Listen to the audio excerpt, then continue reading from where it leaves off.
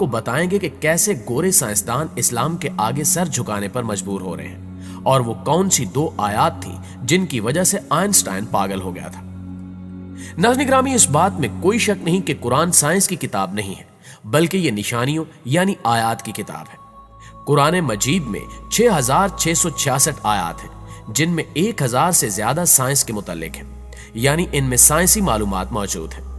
Big bang theory کے بارے میں تو سبھی جانتے ہوں گے، جس کے مطابق کائنات یعنی یہ دنیا اس طرح شکل میں ظاہر ہوئی کہ پہلے یہ سب ایک بڑی کمیت کی شکل میں تھی، پھر ایک عظیم دھماکہ یعنی بگ بینگ ہوا، جس کا نتیجہ کہکشاؤں کی شکل میں ظاہر ہوا۔ پھر یہ کہکشائیں تقسیم ہو کر ستاروں، سیاروں، سورج اور چاند وغیرہ کی صورت میں آئیں، اور اس بات کو فلکی طبیعت کے ماہرین وسیع طور پر قبول کرتے ہیں۔ اس بگ بینگ کا ذکر قرآن کریم نے ان الفاظ میں کیا ہے: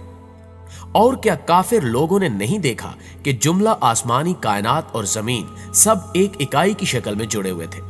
پس ہم نے انہیں پھاڑ کر جدا کر دیا، اور ہم نے زمین پر ہر زندہ چیز کی زندگی کی نمود پانی سے کی، تو کیا وہ ان حقائق سے آگاہ ہو کر اب بھی ایمان نہیں لاتے؟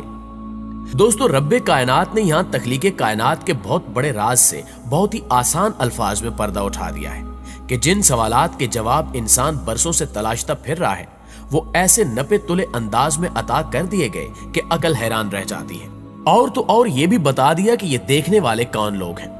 سائنس کا ماننا ہے کہ بگ بینگ سے قبل کائنات اور اس میں موجود ہر چیز لاموجود حالت میں تھی۔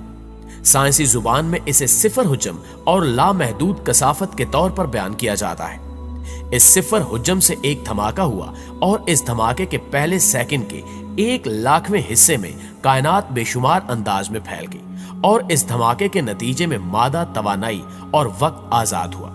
کشش ثقل وجود میں آئی، اور مادہ دھماکے کے نتیجے میں منتشر ہوتا ہوا مرکز سے دور ہوتا گیا، اور اس مادے کے بڑے بڑے ٹکڑوں کے گروہ کہکشاؤں کی صورت اختیار کر گئے۔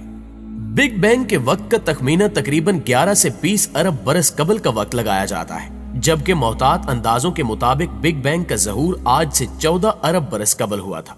یہ بڑے ٹکڑے بنیادی طور پر ہائیڈروجن کے بنے گیسی مرغولے تھے، جو دھماکے کے مقام سے دوری کی جانب سفر کے لیے پوری قوت سے جلنے لگی۔ اس جلنے کے نتیجے میں ہیلیم گیس پیدا ہوئی، اور ان کی کثافت میں اضافہ ہونے کے ساتھ ساتھ جلنے والی ہیلیم اور ہائیڈروجن کی راک کاربن بن کر ان کو ٹھوس شکل میں تبدیل کرنے لگی، اور یوں یہ آگ کے بڑے بڑے گولے انتہائی طاقتور کشش ثقل کے ساتھ ستاروں کی شکل میں وجود میں آ گئے،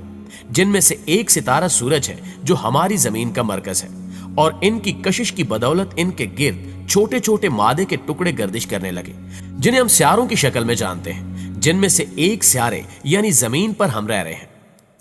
ناظرین گرامی، 1925 میں امریکی ماہر طبیعت ایڈون ہبل نے اس امر کا مشاہداتی ثبوت فراہم کیا تھا کہ تمام کہکشائیں ایک دوسرے سے دور ہٹ رہی ہیں، جس کا مطلب یہ ہوا کہ کائنات پھیل رہی ہے۔ لیکن یہ جان کر آپ یقیناً حیران ہوں گے کہ اس بات کا ذکر پہلے ہی قرآن پاک میں کر دیا گیا تھا۔ قرآن پاک میں کائنات کی فطرت اور خاصیت کے حوالے سے کیا ارشاد ہوتا ہے؟ اور آسمانی کائنات کو ہم نے بڑی قوت کے ذریعے بنایا، اور یقیناً ہم اس کائنات کو وسعت اور پھیلاؤ دیتے جا رہے ہیں۔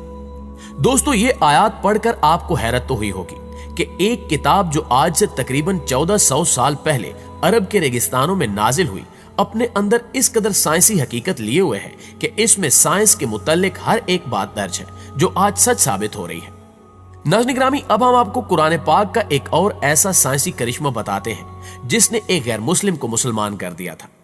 جیسا کہ آپ جانتے ہیں کہ شہد کی مکھی کئی طرح کے پھلوں اور پھولوں کا رس چوستی ہے، اور اسے اپنے ہی جسم کے اندر شہد میں تبدیل کرتی ہے، اور اس کو اپنے چھتے میں بنے خانوں میں جمع کرتی ہے۔ لیکن انسان کو پہلے یہ معلوم نہیں تھا کہ شہد اصل میں شہد کی مکھی کے پیٹ سے نکلتا ہے، مگر یہ حقیقت قرآن پاک نے 1400 سال پہلے قرآن میں بیان کر دی تھی، جس کا ترجمہ کچھ یوں ہے کہ اس مکھی کے پیٹ کے اندر سے رنگ برنگ کا ایک شربت نکلتا ہے جس میں شفا ہے لوگوں کے لیے۔ اس کے علاوہ سائنس نے حال ہی میں اس بات کا پتہ لگایا ہے کہ شہد میں زخم کو ٹھیک کرنے کی شفا بخش خصوصیات پائی جاتی ہیں، اور یہ نرم مرہم جیسی جراثیم کش دوا کا کام بھی کرتا ہے۔ دوسری جنگ عظیم میں روسیوں نے بھی اپنے زخمی فوجیوں کے زخم ڈھانپنے کے لیے شہد کا استعمال کیا تھا۔ کیرول نامی ایک مسیح راہبہ نن نے برطانوی شفاخانوں میں سینے اور الزائمر نام کی بیماریوں میں مبتلا ان ناقابل علاج مریضوں کا علاج پرپولس نامی مادے سے کی۔ اس کے ساتھ ساتھ شہد میں وٹامن کے فرکٹوز زخم کو ٹھیک کرنے کی طاقت اور زخم کو پھپھوندی نہیں لگنے دیتا، زخم کے نشان ختم کرتا ہے اور اس کے علاوہ بہت کچھ۔ لیکن قرآن میں شہد کی اس تشکیل اور خصوصیات کے بارے میں جو علم دیا گیا ہے اسے انسان نے نزول قرآن کے صدیوں بعد اپنے تجربے اور مشاہدے سے دریافت کیا ہے۔ دوستو، پہلے یہ سمجھا جاتا تھا کہ درد کو محسوس کرنا صرف اور صرف دماغ پر منحصر ہے، مگر سائنس نے جب ترقی کی اور اس پر دریافت کی تو معلوم ہوا کہ جلد میں درد کو محسوس کرنے والے آخذے ہوتے ہیں۔ اگر یہ خلیات نہ ہو تو انسان درد کو محسوس کرنے کے قابل نہیں رہتا، لیکن اللہ تعالیٰ نے قرآن پاک میں بہت واضح الفاظ میں درد کے آخذوں کی موجودگی کے بارے میں بیان فرما دیا تھا کہ جن لوگوں نے ہماری آیات ماننے سے انکار کر دیا ہے انہیں بالیقین ہم آگ میں جھونکیں گے، اور جب اس کے بدن کی کھال گل جائے گی تو اس کی جگہ دوسری کھال پیدا کر دیں گے تاکہ وہ خوب عذاب کا مزہ چکھیں۔ اللہ بڑی قدرت رکھتا ہے اور اپنے فیصلوں کو عمل میں لانے کی حکمت کو خوب جانتا ہے۔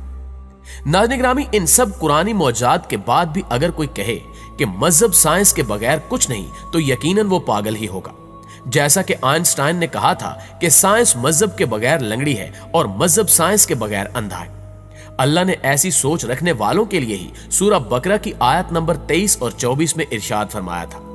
اگر تم اس کلام کے بارے میں شک میں مبتلا ہو جو ہم نے اپنے برگزیدہ بندے پر نازل کیا ہے تو اس جیسی کوئی ایک صورت ہی بنا لاؤ، اور اس کام کے لیے بے شک اللہ کے سوا اپنے سب حمایتیوں کو بلا لو اگر تم اپنے شک اور انکار میں سچے ہو۔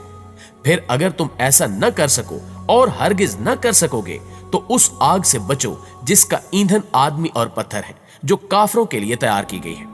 دوستو، یہ آیات اس وقت نازل کی گئی تھی جب لوگوں کو عربی زبان پر بڑا ناز تھا، لہٰذا اللہ نے ان کو چیلنج دیا کہ تم قرآن پاک سے ملتی جلتی کوئی سورہ پیش کرو، لیکن اللہ کے چیلنج کے بدلے کوئی بھی انسان قرآن جیسے الفاظ پیش نہیں کر سکا اور نہ ہی کبھی کر سکے گا، اور یہی سورۃ البقرہ کی 2 آیات تھی جو آئنسٹائن کے قول کو جھوٹا ثابت کرتی ہیں۔ پیارے ساتھیوں، اس کے علاوہ بھی قرآن پاک کی بہت ساری آیتیں سائنس پر بات کرتی ہیں، مگر ان سب کو بیان کرنے سے ویڈیو بہت طویل ہو جائے گی۔ لیکن ان تمام باتوں کے بعد اس بات میں کوئی شک نہیں رہ جاتا کہ سائنس نے جتنی بھی ترقی کی ہے اس کا قرآن نے 1400 سال پہلے بتا دیا تھا، اور آگے سائنس جو بھی ترقی کرے گی بے شک اس کا بھی قرآن میں بتا دیا گیا ہے۔ بس ہم کو اس پر غور کرنے کی ضرورت ہے کہ یہ قرآن ہمارے لیے ہی نازل کیا گیا ہے۔ ہمارے رب نے اسے انسانی زندگی کا مکمل ضابطہ حیات قرار دے کر ہم سے کہا تھا کہ اس قرآن میں غور و فکر کرنے والوں کے لیے نشانیاں ہیں۔ جی تو معزز دوستو، آپ دوستوں کی رائے آج کی ویڈیو کے حوالے سے کیا کہتی ہے کمنٹ کر کے ہمیں ضرور بتائیے گا۔ انشاءاللہ آپ سے ملاقات ہوتی ہے اگلی ویڈیو میں، تب تک اپنا اور اپنے پیاروں کا ڈھیر سارا خیال رکھیے۔ اللہ نگہبان۔